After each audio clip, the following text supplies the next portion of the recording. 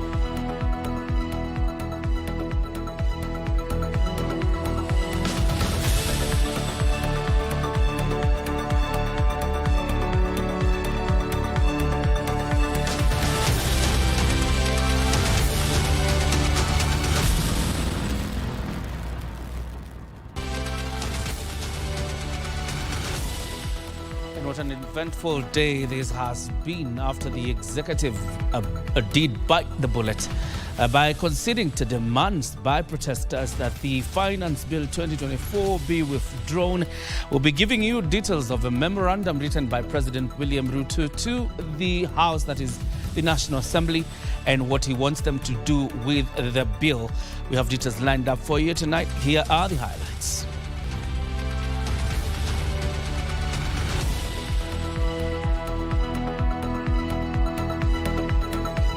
Consequently, having reflected on the continuing conversation around the content of the Finance Bill 2024 and listening keenly to the people of Kenya who have said loudly that they want nothing to do with this Finance Bill 2024, I concede, and therefore I will not sign. Bowing to Gen Z pressure, President Ruto declines to sign into law the controversial Finance Bill 2024. And he must do the honorable thing, not just take responsibility, but resign from that office and allow the president to pick a competent director general. Throwing Haji under the bus.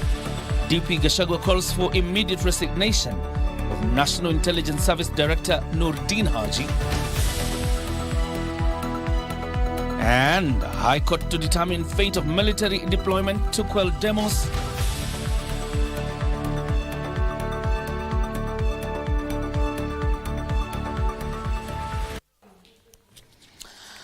My name is John Jacob Kioria. Our sign language interpreter is Lensa Odingo. Welcome to the broadcast.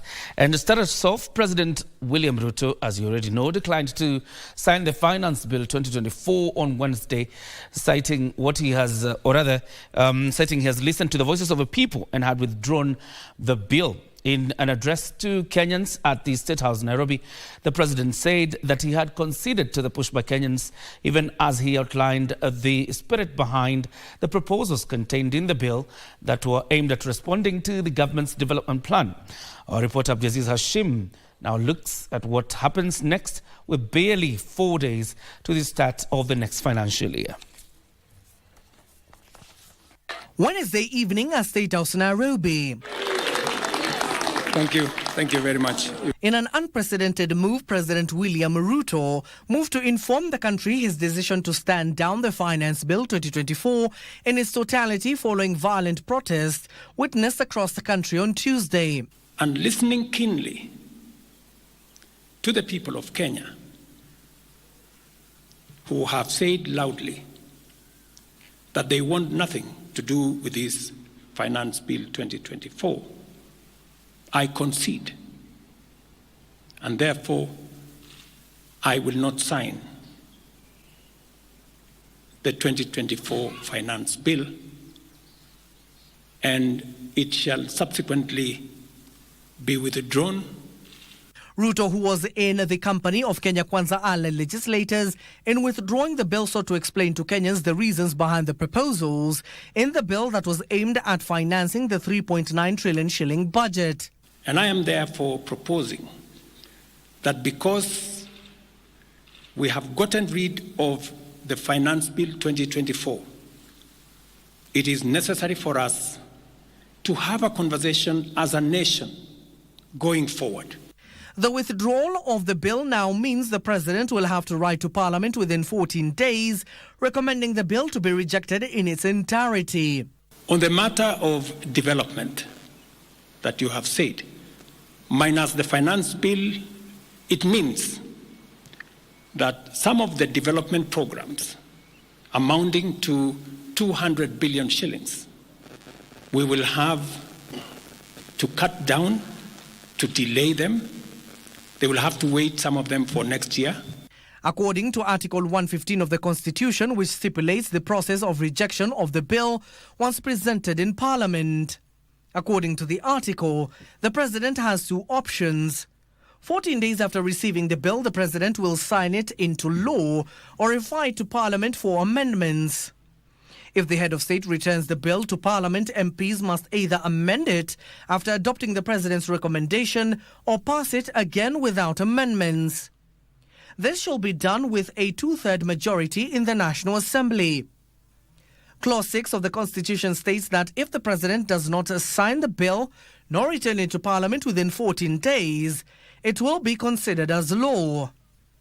President Ruto has further announced new austerity measures that will affect crucial state departments, including his office. I am directing for immediate further austerity measures to reduce expenditure, starting with the office of the President, the entire presidency, and extending to the entire executive arm of government. Meanwhile, the head of state confirmed that at least 6 people lost their lives and many more were injured during the protests. Young people, 6 to be exact, 6 people yesterday lost their lives. Very unfortunately, they shouldn't have lost their lives. Ruto condoled the families and friends of Kenyans who lost their lives during Tuesday's deadly protest, even as he called on Kenyans not to castigate the legislators for voting in support of the bill. President William Ruto has also vowed to deal with corruption. Abdiaziz Hashim from State House, Nairobi, Prime Edition. You might be wondering what is contained in the memo that refers back the bill to the National Assembly. And this evening, State House has released the details of a memo, and I'll read it to you. Verbatim, Presidential Memorandum of Referral by His Excellency the Honorable William Samoei Ruto, PhD, President and Commander-in-Chief of the Kenya Defence Forces, submitted to the Honorable Speaker of the National Assembly, whereas a bill titled An Act of Parliament to amend the law relating to various taxes and duties and for connected purposes, the short title of which is the Finance Bill 2024, was passed by the National Assembly on the 25th of June 2024, and whereas the Finance Bill 2024 was presented to me for presidential assent in accordance with the provisions of the Constitution on the 26th day of the month of June in the year 2024, taking into consideration the widespread expression of dissatisfaction by members of the public on the contents of the Finance Bill 2024, and now, therefore, in exercise of the powers conferred to me by Article 115, subsection 1B of the Constitution, and having reservations on the contents of a bill in its entirety, I decline to assent to the Finance Bill 2024 and refer the bill for reconsideration by the National Assembly with the recommendation for the deletion of all the clauses thereof. Kindly mark that. And refer the bill for reconsideration by the National Assembly with the recommendation for the deletion of all the clauses thereof. And of course, he appends his signature and the presidential seal. And therefore, the amendments as considered, or what the president has recommended in his presidential memo, is the deletion of all the clauses that existed in the financial bill, or rather in the Finance Bill 2024. The question now is whether Speaker Moses Wetangula is going to call back the National Assembly for a special session, to consider the details of that presidential memo.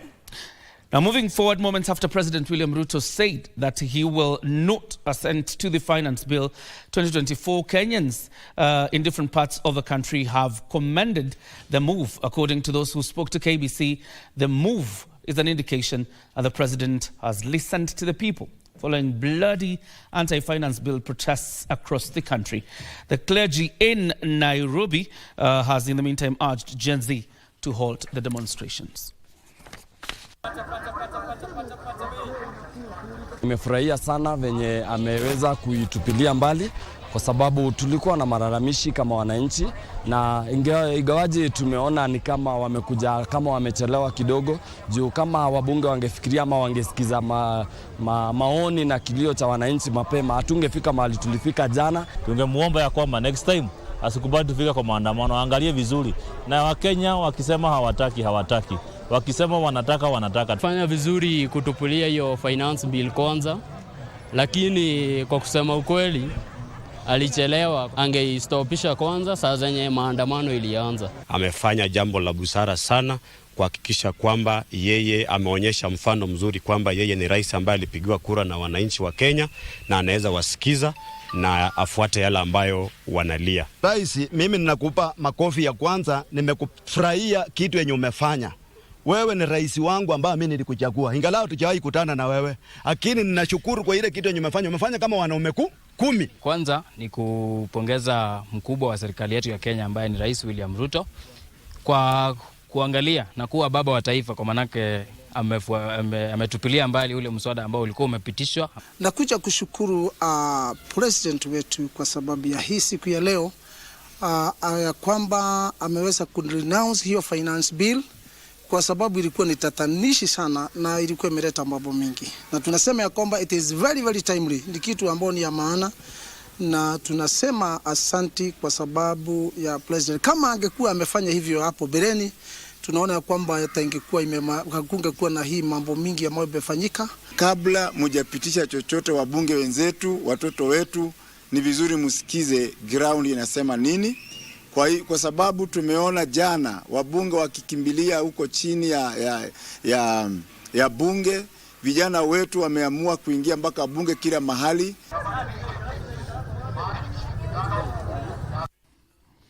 And out to a developing story, Deputy President Rigathi Gachagua now wants the National Intelligence Service Director General Nuruddin Haji to resign. Speaking in Mombasa, Gachagua alleges that Haji failed to notify the president of the magnitude of a protest to necessitate appropriate response.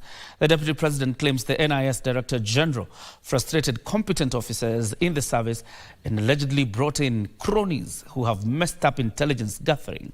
While lauding the president for listening to Kenyans to reject the Finance Bill 2024, Gachagua urged young people to end their political to end the protest and organize themselves for meaningful discourse as promised by the head of state.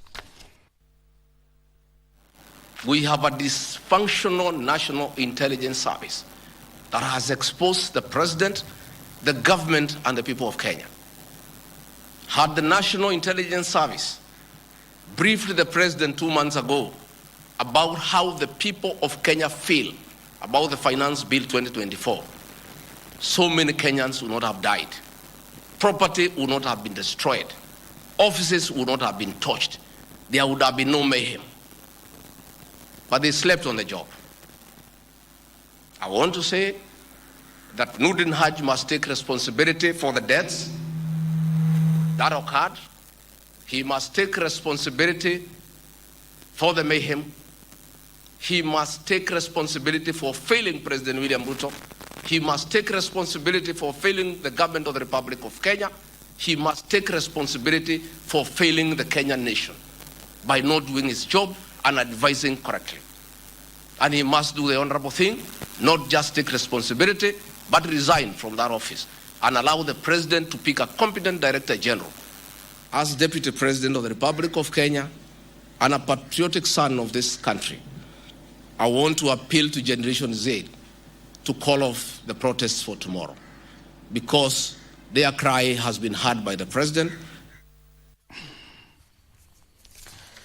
Interesting stuff that make Kenya. Now, the High Court in Milimani is expected to give directions on the deployment of the military to restore calm following violent anti-finance bill protests.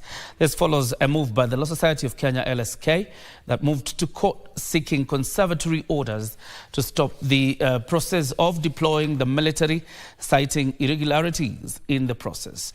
This comes even as the National Assembly gave the green light for the deployment of the military across the country on Wednesday morning to restore calm.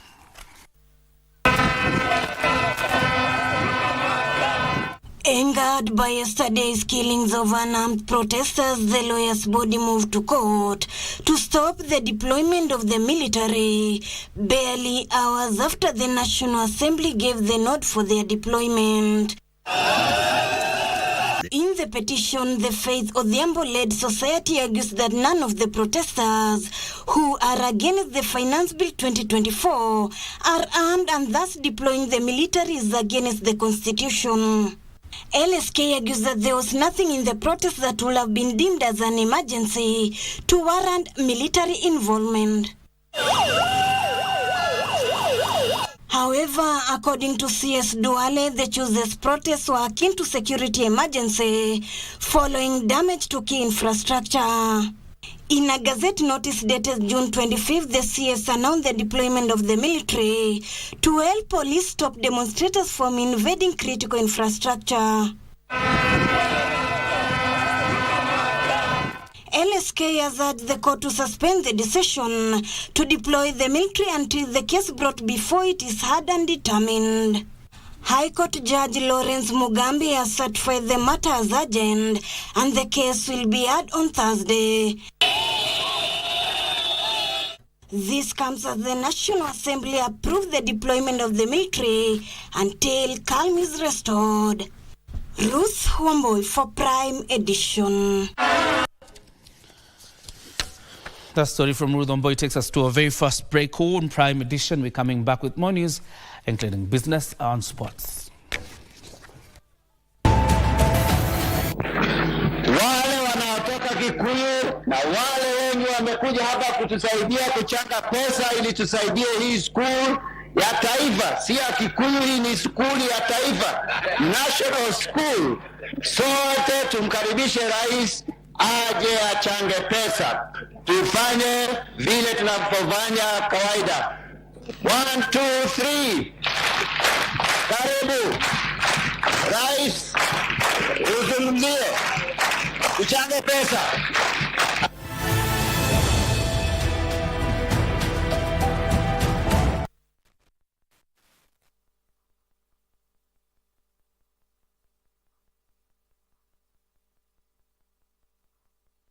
We asked the children, how many of you brushed this morning? And this little boy, his hand didn't go up. And I said, well, why didn't you brush this morning? He said, my brother was using the toothbrush. If I'd waited for him, I would have been late for school. I'm sorry, I get a bit emotional when it comes to that. To be able to change a child's life, to be able to bring back that confidence about their smile, for me, is phenomenal.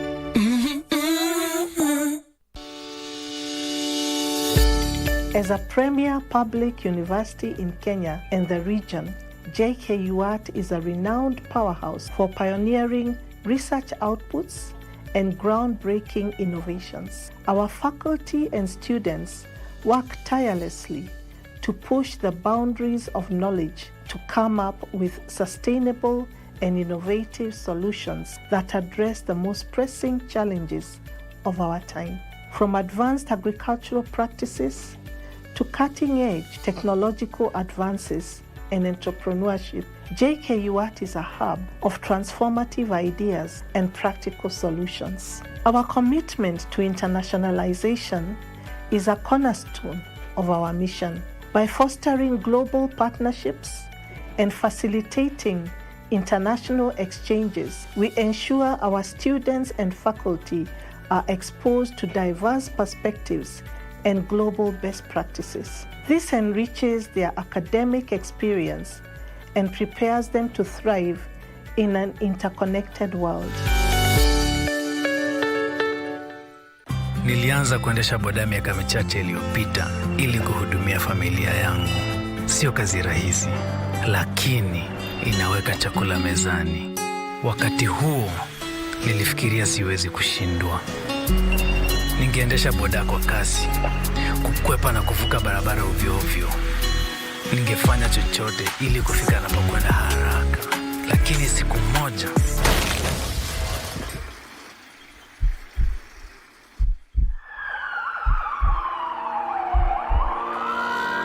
nilikuwa hospitalini kwa miezi 3. Kosa moja karibu liondoe kila kitu. Mwaka moja baada ya kutoka hospitalini, nilihudhuria mafunzo ya jinsi ya kuendesha boda kwa usalama. Boda ni life, lakini life si kitu bila usalama. Zingatia kanuni za trafiki.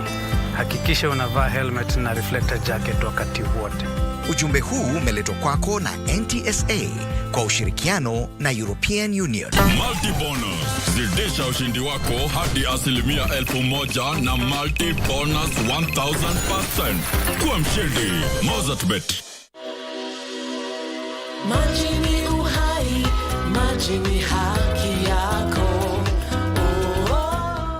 Je, unajua kwamba wizi wa maji ni uhalifu unaoathiri sisi sote? Hata hivyo, wateja wengi wa maji husalia kimya bila kufahamu madhara yake. When are you ever going to stop? Surely you are not one to doubt the repercussions? You need to get back to the ring. Kaikara has not yet won. Did he grow weak or something? It's time to show Kaikara Joy left her man here. You'll create a small scandal. Hello? Just follow my instructions. Take good care of them. Wasreb, tunaadhimisha miaka 20 ya udhibiti wa huduma za maji.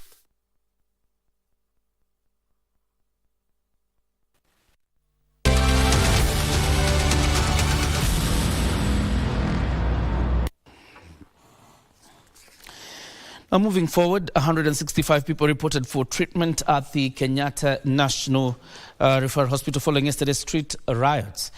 From the number, 72 victims have been treated and discharged. At least 3 deaths attributed to these skirmishes have been recorded from the health facility. Addressing the media on Wednesday, Acting Director of Surgical Services at the facility, Dr. Benjamin Wabwire, at the same time called on Kenyans to avail for a blood donation drive to assist the officially injured victims.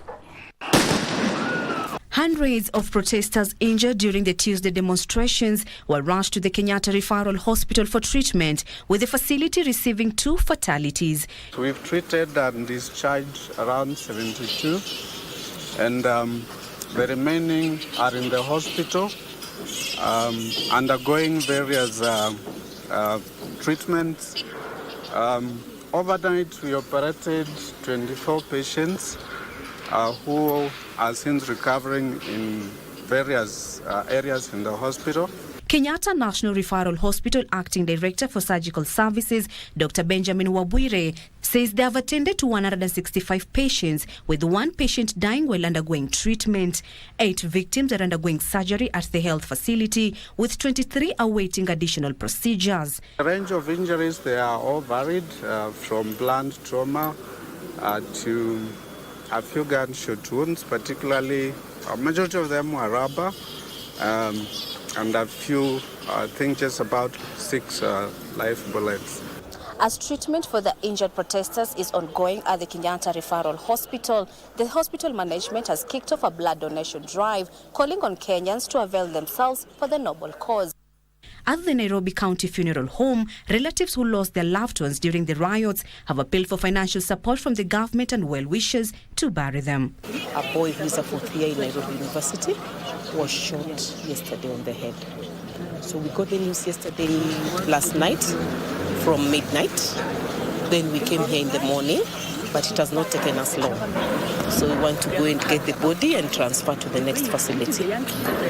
Haujajipanga na kitu yoyote, kama mimi nafaa nimzike kesho. So niko hapa kutafuta pesa ya sanda, pesa ya kaburi, hivyo kitu kama hizo. Na pia kwa wale wenye watakuwa wanasafirisha mwili, mimi ningeomba pia serikali iweze kuwasaidia.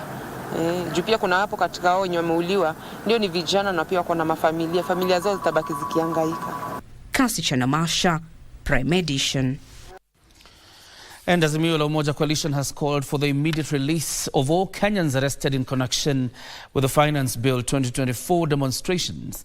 The opposition coalition has further demanded an end to what it claims is arbitrary abductions. This as Azimio opposed the move by the government to deploy the military to maintain law and order among the civilians. As the country comes to terms with the aftermath of Tuesday's deadly demonstrations in Nairobi and beyond, Azimio la Umoja coalition politicians have come out guns blazing. Led by Wiper leader Kalonzo Musyoka, the politicians have pointed a finger at the government over the deaths of the innocent demonstrators. From our accounts, of the 200, 157 were killed last night by police in Githurai. At parliament buildings, lives of more than 50 protesters, including a journalist and medical doctor, were cut short by the police.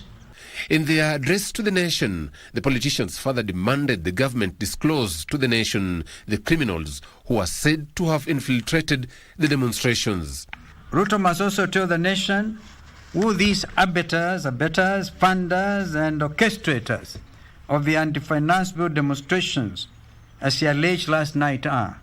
Kalonzo also termed as unlawful the decision to deploy the military to quell protests. Further to the shock of the nation, the Cabinet Secretary for Defense issued a Gazette notice deploying the military to assist the police in dealing with the unrest without approval of the National Assembly as required by the Constitution of Kenya. Additionally, the coalition has vowed to push for the release of Kenyans said to have been arrested in connection to the Finance Bill 2024 demonstrations. We demand an end to the Gestapo-like abductions, killings, and immediate release of all abductees. Joseph Ohungu reporting for Prime Edition. Still on the same, religious leaders and elders have called for sobriety in handling the grievances raised by protesters who have hit the streets demanding for the rejection of the Finance Bill 2024. The leaders were calling on police to stop using excessive force in repulsing protesters, emphasized the need for the government to engage the youth in constructive dialogue. The Kenya Human Rights Commission has demanded for the immediate arrest and prosecution of officers involved in the fatal shooting and killing of several demonstrators. This as Kenya Editors Guild called on the Inspector General of Police to ensure the safety of journalists during the protests, saying they have been subjected to attacks from both the protesters and the police.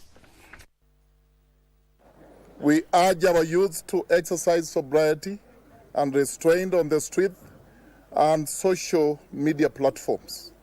After all is said and done, we have a nation that must stand the test of time. We urge the President of Kenya to speed up the process of spearheading engagements towards resolving the issues at hand, as he spoke when addressing our beloved nation. We also urge the security agents to exercise utmost restraint when enforcing law and order to avert losing more lives. Our children, our grandkids, please, to allow for what the President has promised, please, if you can postpone any other mass action and take full advantage of organizing how you are going to engage with government. We urge the youth, and we are saying this in regard to what the President has done. We urge the youth to appreciate this gesture by the President and stop further demonstrations across the country. Na tunafikiria na tunaomba Mungu kwamba hakuna neno lingine litaharibika zaidi ya hapo tuko. We don't get any money for it. We are not funded for it. We are just angry that we can actually insist for the last 2 weeks that the finance bill needs to be reconsidered, and MPs whom we elected and who should be representing us can consistently neglect to hear what we are talking about, can consistently or even as they behaved, they can just go ahead and disregard whatever is going on in the country. Police are supposed to ensure security in a context where you respect democracy, human rights, and the rule of law.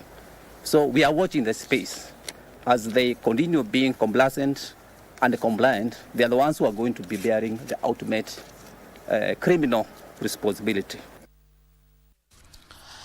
And a day after the violent anti-finance bill protests in the capital, Nairobi, traders returned to the Central Business District CBD to a trail of destruction. Parliament buildings remained cordoned off as a crime scene, with similar scenes witnessed at City Hall as the DCI conducted forensics.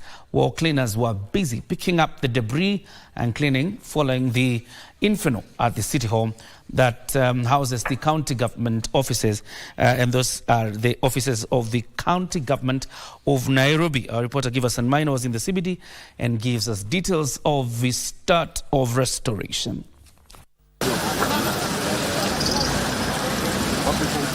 Barely 24 hours after the red protesters stormed Parliament buildings, the atmosphere was a stark contrast of Tuesday's events, the evidence of the destruction left behind, telling the tales of what transpired. Parliament was on Wednesday cordoned off as a crime scene, with detectives combing it for forensics. A communication from the Speaker indicated that non-parliamentary staff, including the media, had been disallowed access. Both the National Assembly and the Senate lawmakers were back in session, however with tight security as armed police officers patrolled. At Parliament buildings, already repair works of the perimeter wall that was destroyed by the protesters who gained entry into the gas house. Repairs were also being done at the County Hall, housing Nairobi's Governor Office, after the building was partly set ablaze. A few meters at the Supreme Court, the aftermath of the protest was evident, as the workforce from the judiciary were cleaning debris from breakage and destruction of the Supreme Court premises. A building housing Uganda Embassy along Kenyatta Avenue was also set up in flames on Tuesday and is under construction. Nairobi County deployed hundreds of its staff to clean the roads of the debris, including stones and tear gas canisters. After protesters trooped to Nairobi's Central Business District yesterday in the anti-finance bill protest and even broke the perimeter wall of the Parliament buildings and gained their entry, police have still been deployed today to man security.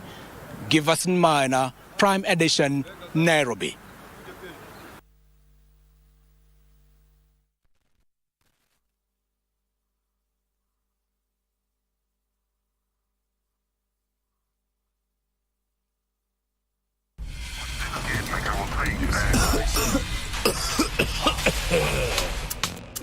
Kikohozi cha muda wowote, kutokwa na jasho kwa wingi usiku, uchungu kwenye kifua, afya kudhoofika, tafuta matibabu. Labda ni TB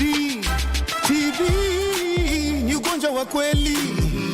Ukipimwa matibabu yapo utapona. Daktari kushauri tumia dawa kwa nidhamu. Elimu tupashane tupige vita TB. Mwa TB waishi poa. TB waishi poa. Asanteni sana kwa kuwezesha Automotive kuwafikia wengi wasiojiweza kupitia *570#. Hapa umewafuta wengi machozi, umewaelimisha, umewapa makao, umewapa lishe na umewapa matibabu kwa namna tofauti. Asanteni. Asanteni. Asanteni sana. Na kwako wewe mchezaji wa Automotive, unajipa fursa ya kujishindia Probox nayo. Na kama Probox haikufai na umejishindia, tunakupa taslim 750,000 Kenyan shillings na mshindi na mtangaza 30th of June. Na mwezi wa July 28th na mtangaza mshindi wa Demio nayo. Na kama utaki na umeshinda, wacha gari, chukua chapa 750,000 Kenyan shillings kwenye star *570#. Wewe si mshindi tu, wewe ni tegemeo kubwa. Tusaidie na tushinde.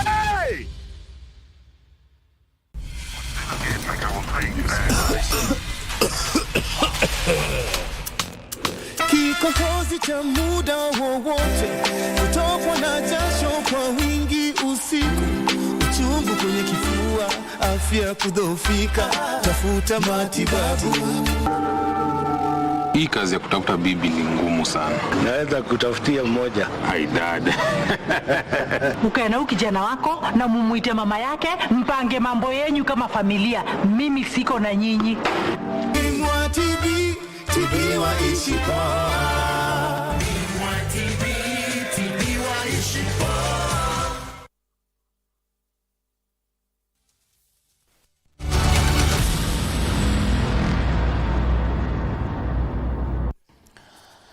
Welcome back. You're watching the Prime Edition. Now, business owners are now counting huge losses after hundreds of businesses were destroyed in Tuesday's countrywide protests.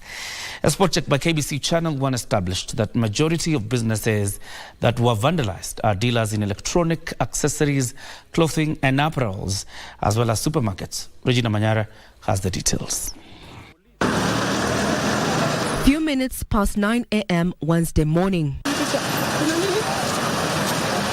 And from a quick glance, it looks like any other normal day in the country's capital. However, on a closer look, masks, coughs, sneezes, and a wariness among the populace. The streets of Nairobi looking like a scene from an apocalyptic movie. Papers strewn all over the streets, barricaded avenues and shattered glass, as well as burning embers. We are totally disappointed. Like tulifika asubuhi tukapata hakuna mahali tutaingia, kila kitu imefujwa. Tukihesabu damage yetu, this is millions and millions of money. Traders at the popular RNG Plaza in downtown Nairobi counting mounting losses. All of us tunashindwa tutaanza wapi. As you can see, si kujitetea, but most of us we are still young. Hii ndo kitu tunategemea. Some of us we are still schooling. This is our everything. Our families are looking unto us. Few meters away, famous Sianda stores ransacked and destroyed. So the goons wakakuja, they were breaking into shops. Not only these Sianda stalls, but hata stalls zingine. So hii Sianda stalls walichoma. The reason walichoma ni kwa sababu walikatazwa kuingia ndani kutuibia. Already walikuwa wameingia into my shop, wakachukua vitu. So already my shop had already gone at a loss, walikuwa wameshachukua vitu. So hizi zingine wakakatazwa kuingia kwa hizi zingine za my neighbors za huku ndani. Tears and confusion evident among traders whose stalls were razed to the ground with nothing to salvage and now facing an uncertain future. The decades-old Sunbeam shopping mall was not spared either, with fires still raging. Ni mimi baadhi wa wenye wamechomekewa. Hii moto ilianza jana na zile furugu zilikuwa ndani. Tuseme Sunbeam, hii inaitwa Sunbeam Complex yenye mnaiona hapa hivi. Hakuna kitu tumeokota hata moja. Bali na zile vitu zimechomeka, kuna uhai, kuna watu hata saa hii hatujui mahali wako. Unless we get a new premises for the same thing. Yes. The building. Because of traders operating in the building now condemned remain unaccounted for. Ona kama mimi nilikuwa huku ndani. Nikaanza kuona kama ni moshi, watu wakasema ni fire extinguisher. Sasa kukaa tukaona moshi imekuwa kubwa sana, nikatoka juu, nilikuwa 4th floor, nikaanza kuteremka chini. Hata hatukuwa tunaona exit, but ni vile saa tumezoea hiyo nyumba, so ilikuwa easy ya kwetu kutoka. Wengine walikuwa huko juu, so hata sijui. Nakuru and Kiambu County, similar scenes were reported as businesses reeled from the impact of the Anti-Finance Bill 2024 demos. The business, the taxman has been reaching deeper and deeper into our pockets, and at some point the government has to look at itself and say that do they reduce the expenses on their end or do they tax more, because the businesses cannot pay more taxes. You can see the type of cost. Was it worth? Couldn't the government listen to its own people? The Kenyans are saying, withdraw the bill. Let us discuss this matter. This is the aftermath of the Anti-Finance Bill 2024. on Ronald Ngala Street have one thing to say, that the government has to intervene after suffering millions and millions of losses, and they're also worried about if they're going to anytime soon. I'm Regina Manyara reporting for KBC Channel 1. Away from the demonstrations, the Education Cabinet Secretary Ezekiel Mashogu has underscored the importance of intelligence in the education sector to bridge existing educational gaps and improve learning outcomes. Speaking Wednesday morning during the Eastern Africa Sub-Regional Forum on Artificial Intelligence, Mashogu highlighted AI's potential to deliver quality education where traditional sources are scarce. The document. As the three-day UNESCO Eastern Africa Sub-Regional Forum on Artificial Intelligence came to a close on Wednesday, different education and ICT ministers from Eastern African countries collaboration in order to tap into artificial intelligence and enhance gaps that exist, especially in education. A stage where the questions that we face on a day-to-day basis concern governance, inequalities, and the partnership in the use of AI for sustainable development. We need to collaborate together, as African countries and as East Africa, when it comes to exchanging knowledge and expertise. We have teacher shortages. All these challenges necessitate a conversation around intelligence. We hear the voices of young people loud and clear, like what we saw here in Nairobi.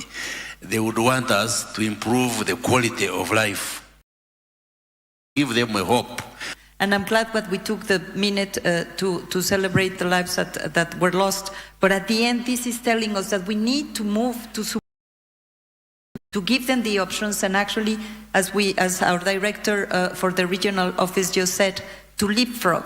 Education Cabinet Secretary Ezekiel Mashogu acknowledged the use of AI, with Kenya being hailed for being at the forefront in putting in place strategies that harness the power of AI for enhanced learning and also developing the use of AI. The Kenya National Examination Council has also begun exploring the use of AI in developing and administering national examinations. In our tertiary education subsector, there is progressive uptake of AI by our universities.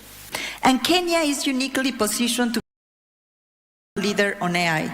The country has a strong and vibrant digital environment. Kenya ranks 24 globally on ICT services and exports, with an 11% in 2023. The 7 key points in the 10-page Nairobi Declaration on Artificial Intelligence in Eastern Africa include AI in data governance through implementation of the RAMs, capacity building and awareness raising, investment and infrastructure, education, research, development and innovation, environment and disaster risk reduction, gender, advanced gender collaboration and partnerships. This document really belongs to the ministers and higher officials in charge of education, ICT, and the digital economy, emerging technologies, communication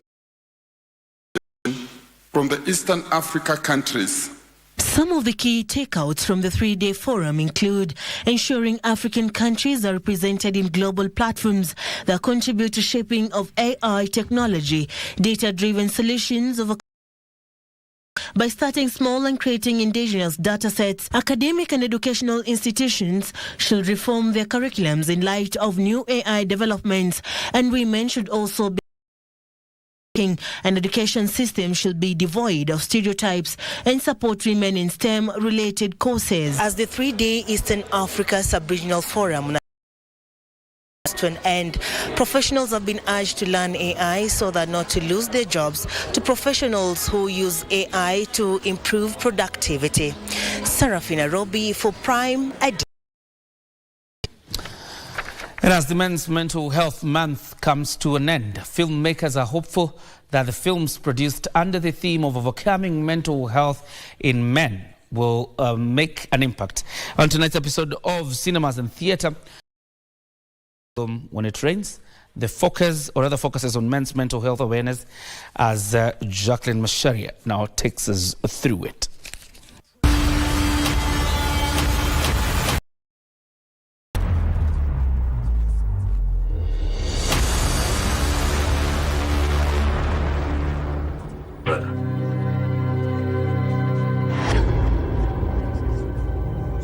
When It Rains is a gripping psychological drama by Art 224 production that not only entertains but also addresses significant social issues, particularly the men face.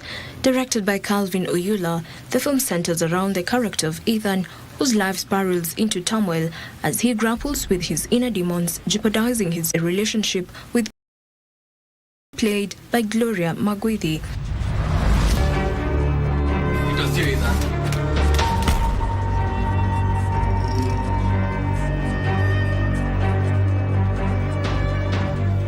The film unfolds, testing the limits of love and loyalty, prompting Ethan to embark on a journey of redemption in a bid to mend their fractured bond. Coming up, actually first it was challenging because the idea how I wanted to portray now the mental health part in it, first because it's a critical issue, so how to, and also the audience who watches the message feels, or someone who has been a victim of the mental health, or someone going through mental health crisis can feel understood. Actually wrote a full month. It took like a whole full month to come up with the story, which was writing the first phase, then sending to people, how is this script, send it back to redo it. I found that perfect idea where I thought of the idea of someone fighting the inner conscience, and that's where that the full ideology came. I just loved it. So I was writing, it was not intended for me, for someone else, but when the casting director called me and said, 1 minute monologue, and then I was like, okay, let me try, because actually it was my first time being in front of the camera. I'm the crew, so I do sound, but now I was like, you know what? I sent the monologue actually 3. You know, the funny thing is, all this time I've been fighting you. Calvin Oyula, director of the film, notes that through the character Ethan in the film, he wanted to explore how society struggles can collide, affecting not just the individual but also their relationships. I viewed it is like, it's like the weather, the changes of the weather, where we have sunny and brighter days, the storm and cloud. Learned that taking care of mental health is actually learning how to dance in the rain, and then you find storms later. So I really wanted to share my thoughts, my views, especially towards that specific theme, mental health. The film has so far received different recognitions, including different awards around the country and beyond. But what was the process of bringing the film in? I remember before the day of shooting, we went through the script that all night until there was a time we couldn't do any more. Now we are on the scene. The cameras we were using, they were new cameras. So I had to go through how to use them. I had never used the black magic before. Compared to hizo circumstances ilikuwa kwa set, I think we got the best from. We have participated in awards where we have performed extremely well. We participated in Eldoret Film. We won the best set design. We participated in Filamu International students. Yeah. The best costume design.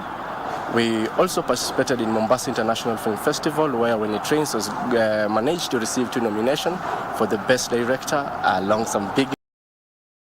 And then also our film got a chance to get an official selection in New York Istanbul Film Festival, which last year.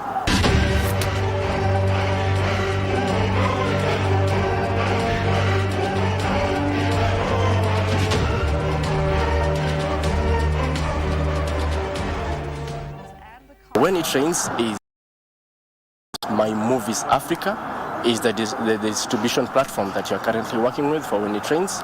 You have a chance to rent When It Rains for 7 days or to own. Jacqueline Masharia for cinemas and theatre.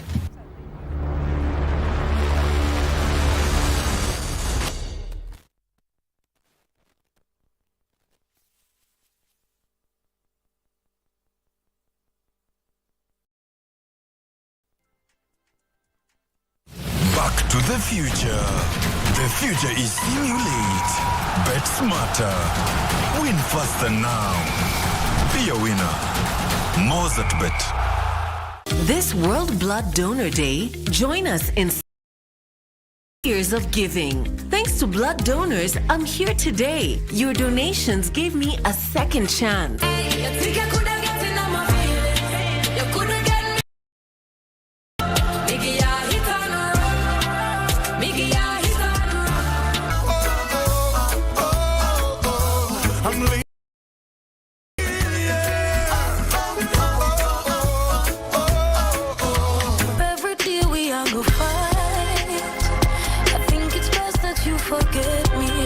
This message is brought to you by the Kenya Blood Transfusion and Transplant Service. Watch the Mozartbet Cup as teams from both the top tier and low tier battle for the ultimate prize of in Africa's CAF Confederations Cup. Catch all the action live and exclusive on KBC Channel 1, beginning with a round of 16 matches, the quarter-final, semi-final, and the final. Live and exclusive on KBC Channel 1, your true sports partner.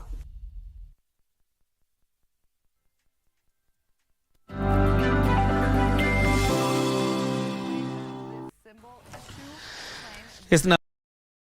And Riera University is set to become the third educational institution to set up a science and technology campus at the Konza Technopolis.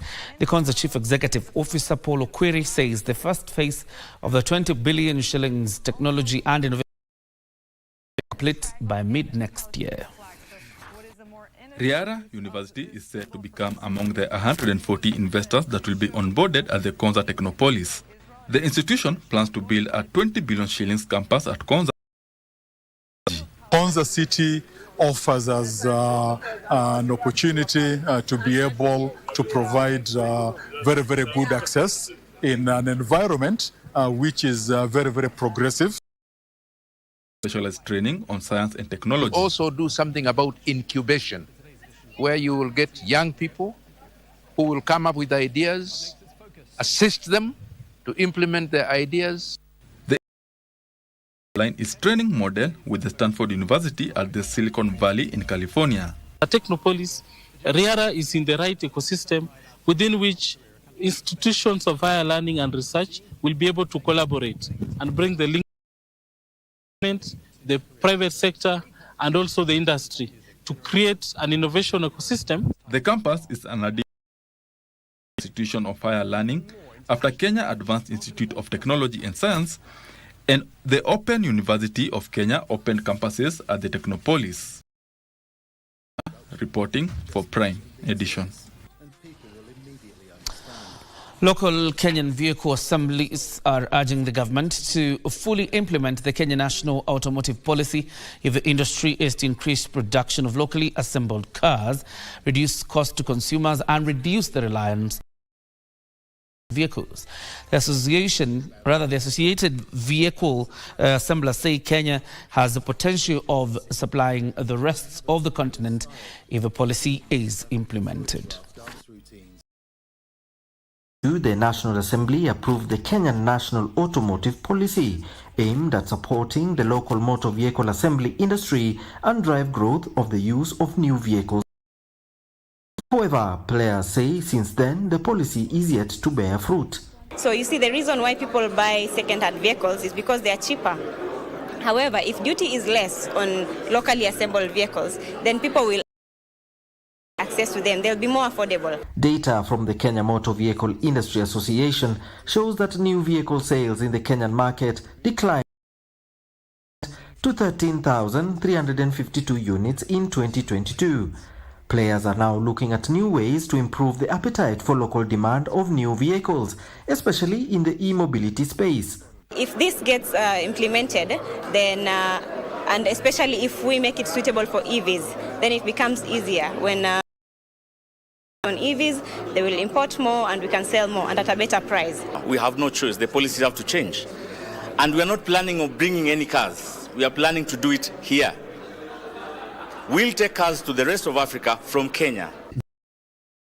Means that there is an opportunity for more locally assembled units in this space, with players saying they will invest in the sector, even as local policies look to catch up with the rest of the world. Kenya market, that is for us, because Kenya is a very beautiful country, care about the environment, care about the pollution. They were speaking Kenya Limited the launch of Neta electric vehicles in Kenya with a view of spreading into Africa from the country. The government so far has put in place a raft mobility space, including a special charging tariff for electric vehicles. Everyone wants that new car smell, and this electric vehicle is on 0 kilometers. But now industry players want the government to help them make it easier for these locally, or at least assemble them for you to buy. Alanauko, Prime Edition.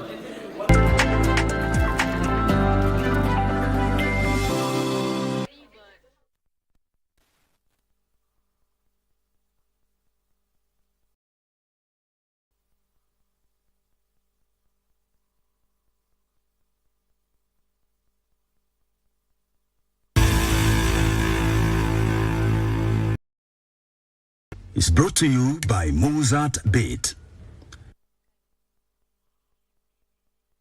A very good evening to you. Welcome back to KBC Prime Edition. My name is Karen Kibet. Kenya Police Bullets FC have been crowned champions of the 2023-2024 Football Kenya Federation Women's Premier League unbeaten. Police Bullets beat Bunyore Starlets 3-0 today at Jomo Kenyatta's to finish the 23rd game season without losing a match. Becky Okwaro grabbed a brace while Marcy Njeri scored aside the emphatic win. The win enabled Police FC finish the season with 49 points, while three-time champions Vihiga Queens second as Ulinzi Starlets was ranked third on goal difference. Meanwhile, Vihiga Queens Tumaini Waliaula was declared the season's top scorer after netting a total of 16 goals as Kenya Police Bullets Becky Okwaro finished goals.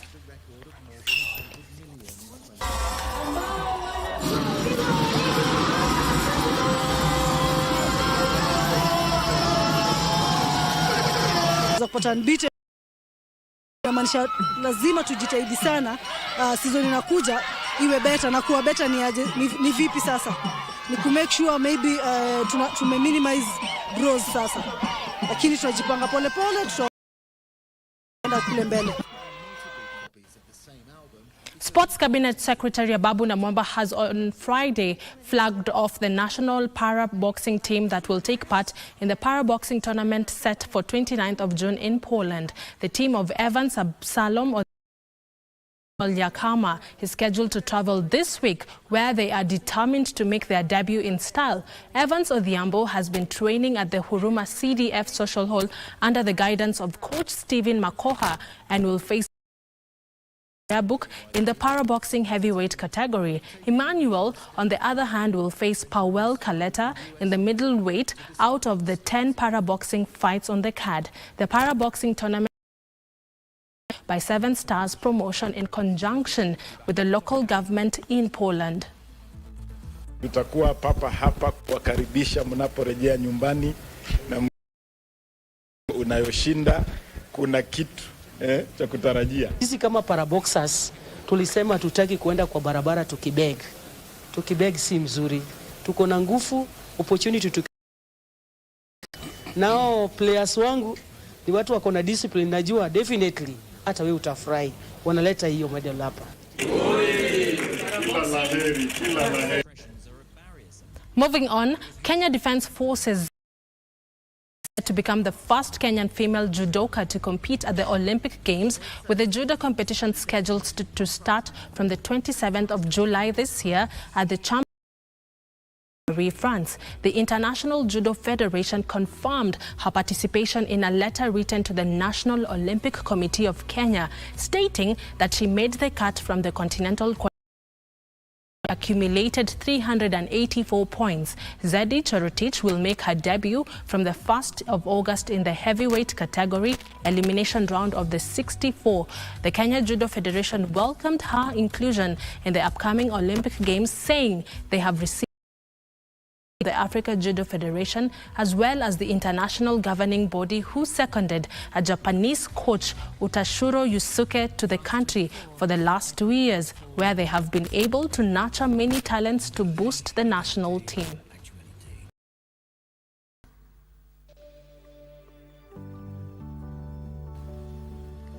Reigning 800-meter Africa champion Sarah Mura and 3,000-meter steeplechase Edmund Serem are among the 200 athletes who have been invited to the under-20 national trials set for Thursday and Friday at the Nyayo National Stadium. Athletics Kenya is targeting to select a formidable team of 36 athletes who will take Athletics Under-20 Championships, which will be held in Lima, Peru from the 27th to the 31st of August this year.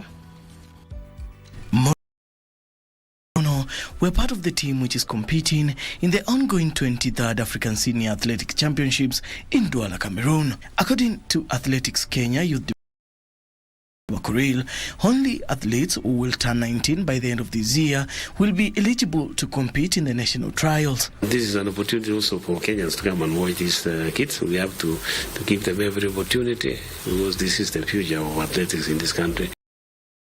Kenya has done its best to support them in their training, and now they have a chance to come and compete. Athletics Kenya is targeting to select a formidable team of 36 athletes after the residential camp ahead of the World Athletics Under-20 Championships, which will be held in Lima, Peru from 27 to 31st of August this year. We were not able to bring everybody, especially those athletes who are in the camps, because of to get their passports. Some of them, they don't have their passports.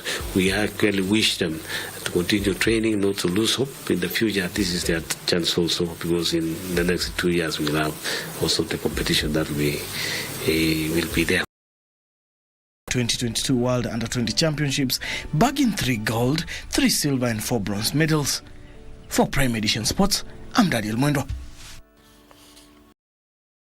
This report brings us to the end of the sports news tonight. My name is Karen Kibet. Have yourself a peaceful night. Right after this short break, my colleague John Jacob Kioria will be back with more Dongo Tufa. Good night.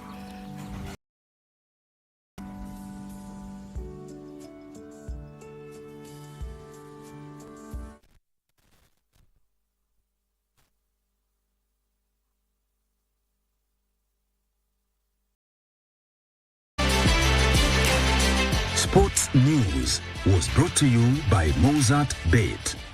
You can lift the plane. The higher you fly, the higher your win. The sky is the limit. Mozart Bet.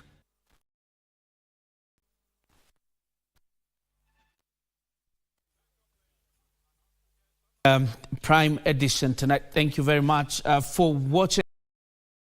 Fantastic night. God bless you.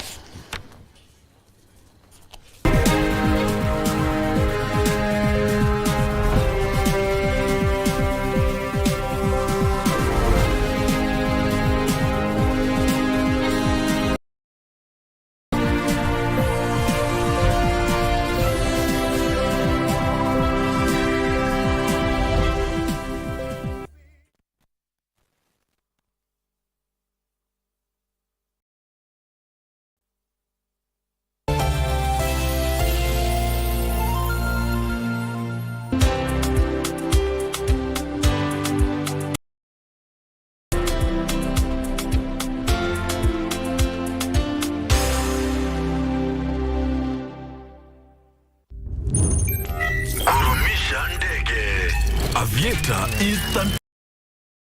Be a daring pilot and earn by how much high you can lift the plane. The higher you fly, the higher your win. The sky is the limit.